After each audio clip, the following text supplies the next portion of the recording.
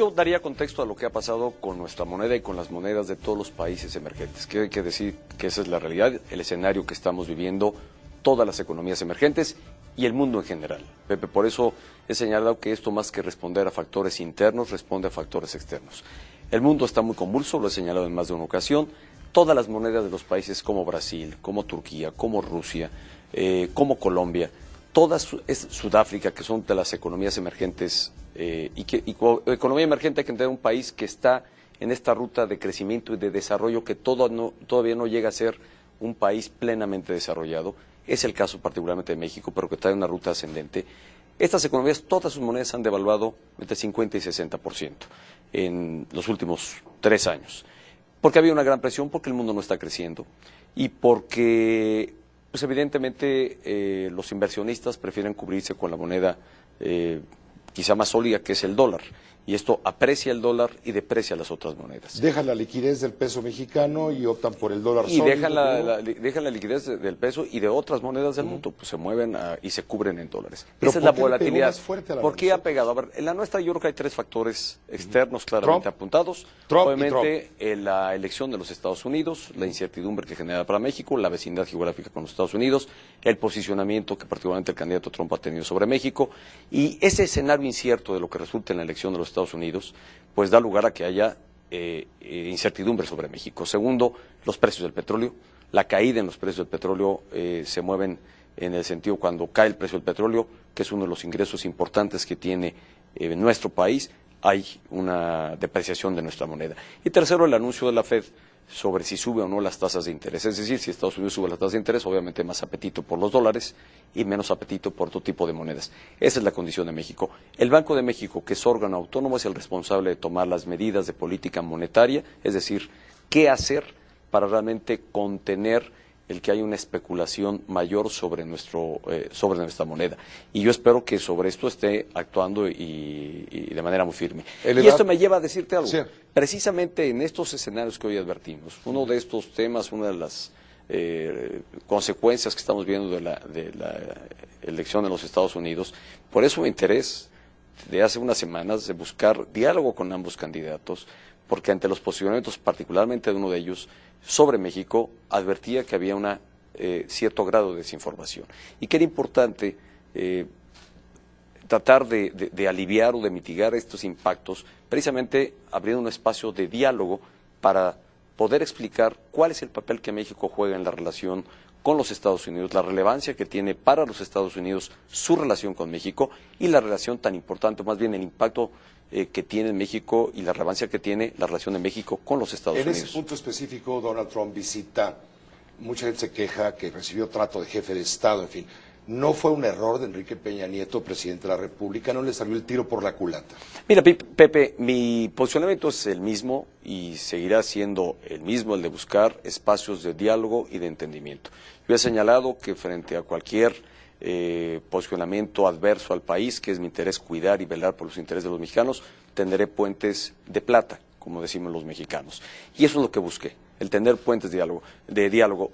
Ir a la estridencia, ir a posiciones insultantes de agravio que a lo mejor aquí pueden ser bien aplaudidas, sí, la gente que y recoger una gran popularidad. Sí. Al final de cuentas, yo no sé, cualquiera de los dos candidatos en Estados Unidos puede ganar y mi interés es que a México le vaya bien, pueda mantener una ruta de crecimiento de forma sostenida, que pueda seguir creciendo en su relación con los Estados Unidos y creo que eso solo se puede construir con diálogo y dejando claro cuál es el papel tan relevante que México juega en esta relación con nuestro vecino del norte. Creo que el mundo en general está muy expectante a lo que resulte en la elección en los Estados Unidos, pero México, por supuesto, y por este grado de vecindad y de cercanía y de íntima relación en lo económico, en materia de seguridad, en materia migratoria, pues por supuesto que es un tema importante y relevante para ¿Está México. usted preocupado? Porque estoy atento, estoy atento y como presidente de la República actúo en lo que es mi responsabilidad. No puedo dejarme llevar por voces que exigen mayor estridencia, mayor señalamiento, porque hay que tener presente una cosa, Pepe, la elección es allá en los Estados Unidos, no es una elección aquí. Si aquí fuera, pues ya sabemos quién eventualmente podría ganar. Pero es una elección que está ocurriendo en los Estados Unidos. Todos sabemos que es una elección que se viene cerrando. Cualquiera, ella o él, pueden convertirse en el próximo presidente de los Estados Unidos. Y es muy importante, quizá como para con ningún otro país, la relación que hay entre México y los Estados Unidos. Lo importante que es, la dependencia tan importante hay que para México en el empleo, en la inversión que tenemos de los Estados Unidos. Todo esto impacta de haber alguna alteración mayor a lo que eventualmente han venido señalando. Por eso los candidatos, por eso mi interés de poder tener espacios de diálogo que seguiré procurando para cuidar los intereses de México. ¿Cómo va la relación para buscar a la gente del lado demócrata? Se ha hablado con insistencia, que se han tendido puentes a ambos lados de las posibilidades políticas. Yo tengo la impresión de que los puentes con los demócratas pues no están tan firmes. Yo creo que ha habido más bien apuntes muy especulativos sobre posibles reuniones. La invitación se formuló a ambos candidatos para buscar un espacio de diálogo. Curiosamente, no precisamente aquí en México. Aquí lo sorprendente fue que uno de los candidatos, el candidato Trump, decidiera aceptar el espacio de diálogo y además decir, voy a México. Pero no ha ocurrido así con la candidata Hillary. Pero fue un error, presidente, perdón la interrupción, haberle prestado el helicóptero presidencial. A ver, Pepe, yo creo que esas son trivialidades. El tema es frivolidades. Son frivolidades y además creo que eso no es relevante a lo que es importante en el tema, que es buscar el diálogo y el acercamiento. Y yo conozco a la candidata Hillary Clinton, pues fue secretaria de Estado, tuve oportunidad de recibirla aquí, conoce además el papel de México en la relación con los Estados Unidos, pero advierto que en el caso del candidato Trump, los señalamientos no eran precisamente bien informados y creo que había que apuntar y abonar a darle mayor información. La respuesta sorpresiva de aceptar el diálogo y de venir a México, ciertamente a partir de yo haber formado la invitación, en lo que me parece una decisión responsable, me llevó a aceptarla y quizá nos apresuramos, quizá nos faltó ponderar la reacción social que se iba a presentar en México, pero yo me sostengo como quizá tomar una decisión acelerada, pero correcta, en la ruta realmente de buscar un espacio de diálogo que se ha construido.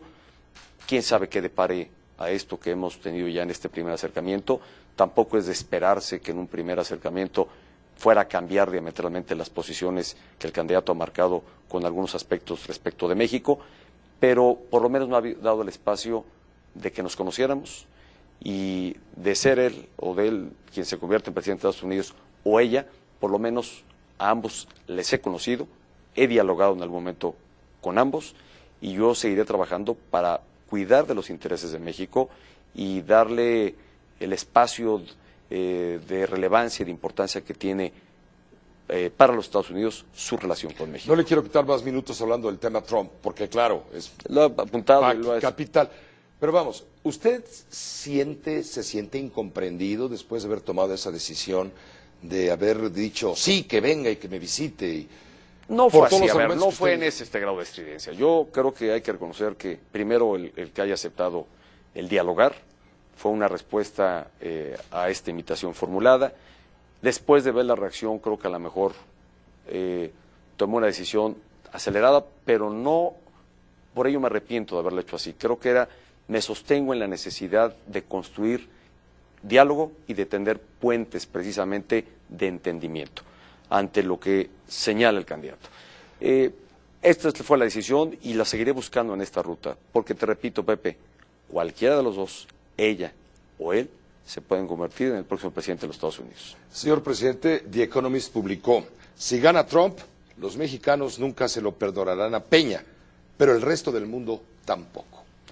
¿Eso le preocupa? Mira, a ver, yo creo que es una aseveración que no tiene lugar. A ver, pensar que el candidato Trump gana porque viene a México, señalas el de un medio, pero no recoge los de muchos otros medios que a su visita allá en los Estados Unidos dijeron que no había sido positiva la visita que había hecho a México. Aquí dijeron lo contrario. Sí. Entonces, depende de quién lo tomes y cuándo lo tomes.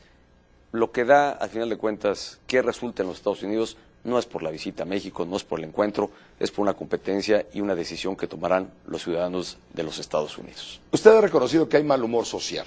Hay quien decimos, no es mal humor, es malestar. La gente está inquieta, le ha ido muy recio.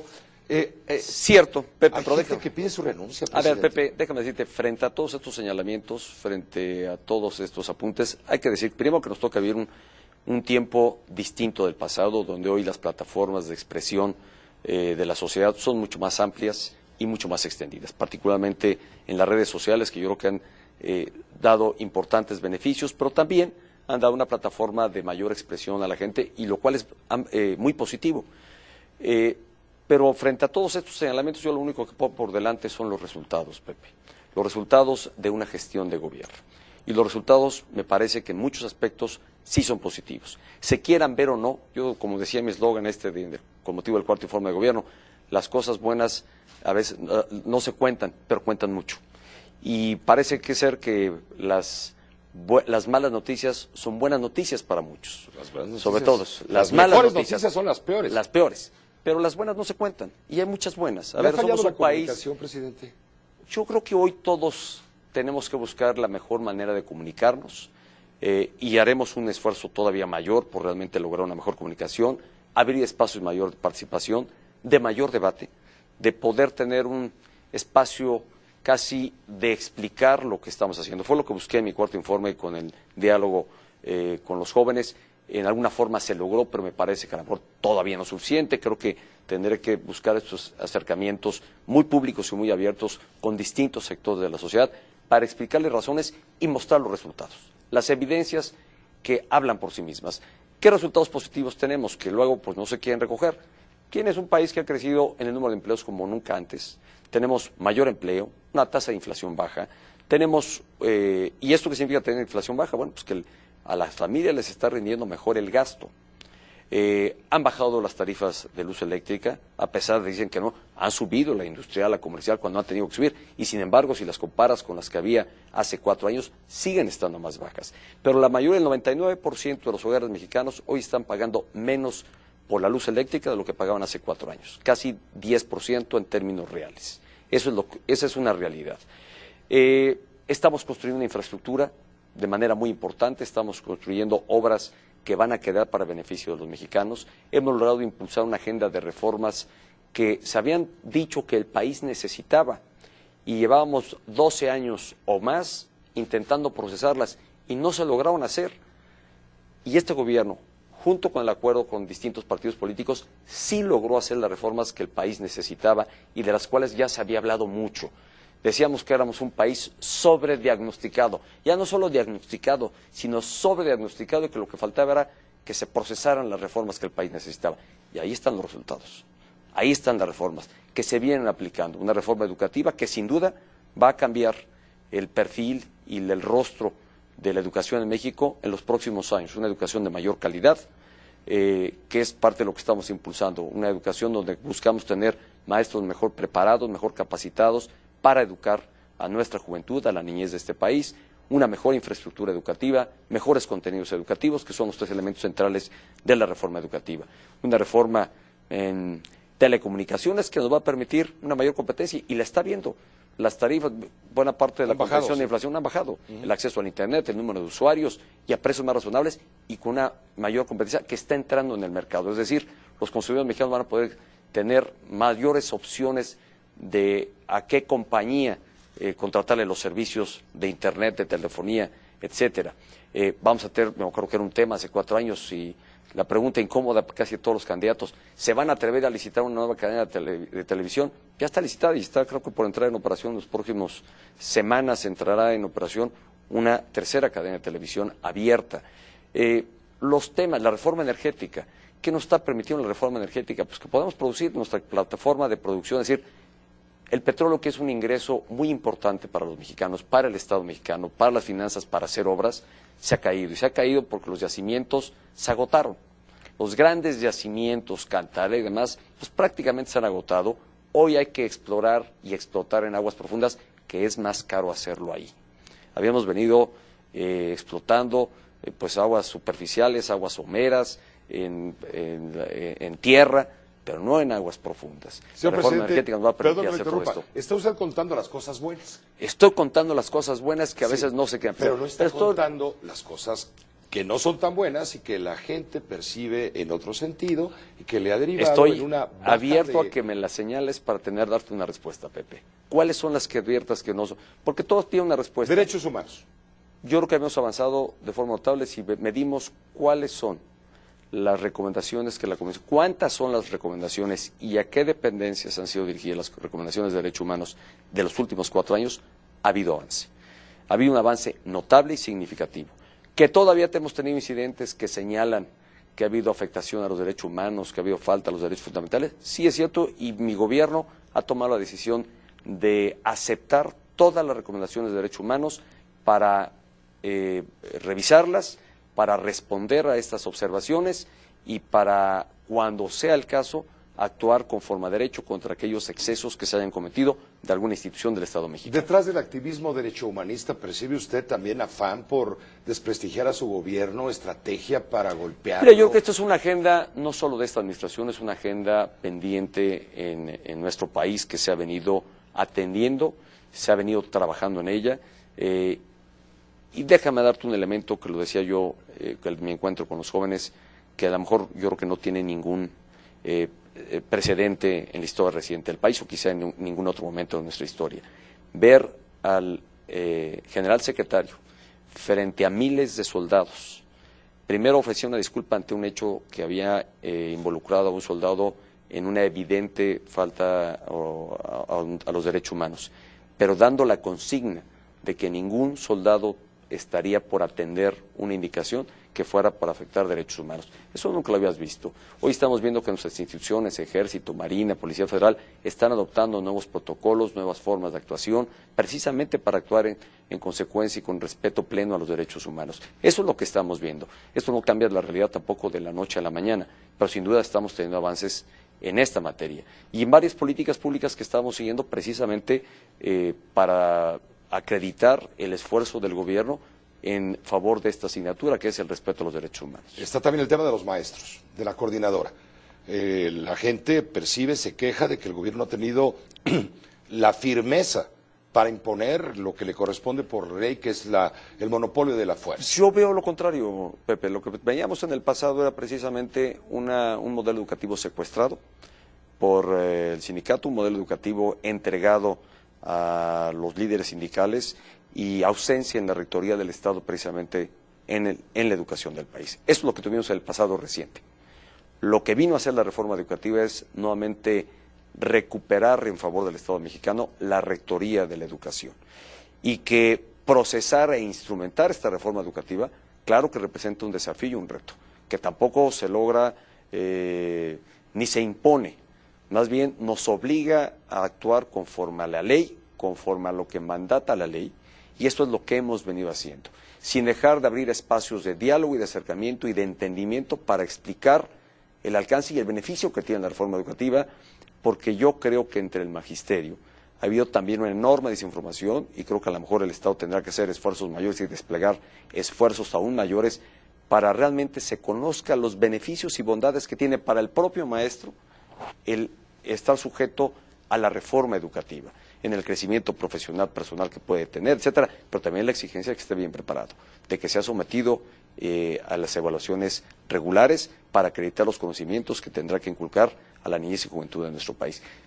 La reforma educativa, yo creo que por el contrario a esto que señalas, hemos actuado. Hoy las escuelas en todo el país, la gran mayoría están en clases. Tenemos todavía algunos puntitos donde no se han logrado abrir las aulas, pero en general, el reporte que yo tenía ayer de Chiapas era que el 90% de las escuelas habían abierto ya habían regresado a clases, y en general han regresado a clases. Hoy tenemos un sistema operando de manera normal, con una reforma educativa que se está implementando, que por supuesto no es ajena a tener algunas resistencias, pero que el gobierno, con estricto apego de derecho, ha venido actuando para hacerla una realidad en todo el país, para beneficio especialmente de la niñez y juventud de nuestro país. Criminalidad a la alza. A ver, yo creo que ahí tienes otro que además es uno de los grandes temas, de los grandes retos, y creo que hemos acreditado que hemos avanzado.